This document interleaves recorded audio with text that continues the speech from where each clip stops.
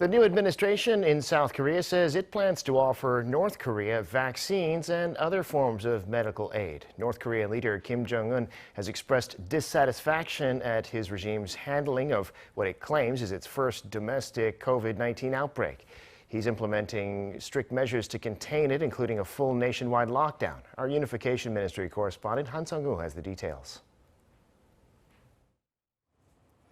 In line with his fundamental stance on humanitarian aid, South Korean President Yoon Suk-yeol plans to provide North Korea with COVID-19 vaccines and other medication.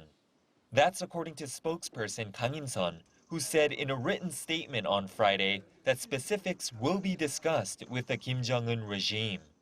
This comes after Unification Minister nominee Kwon Young-se at his parliamentary hearing on Thursday also voiced his willingness to provide the North with medical supplies including vaccines and fever reducers.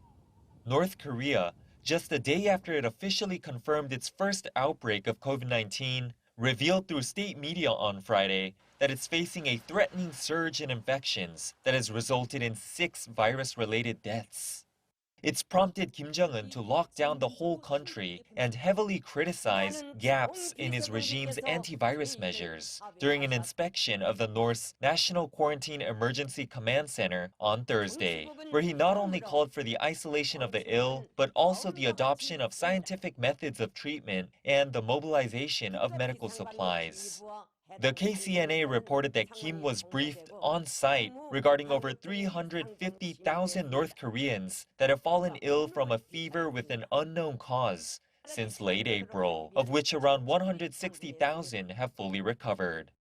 Over 18,000 people were reportedly confirmed with the illness across the North on Thursday alone, and among those who have died was one infected with the BA.2 subvariant, also known as stealth Omicron.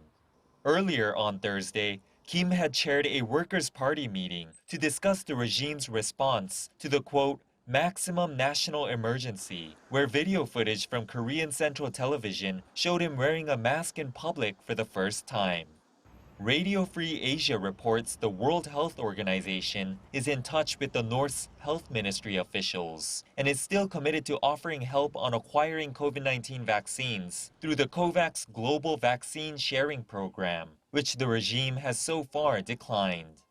Meanwhile, Amnesty International has demanded North Korea immediately set up plans to secure vaccines for its vulnerable population in cooperation with the international community.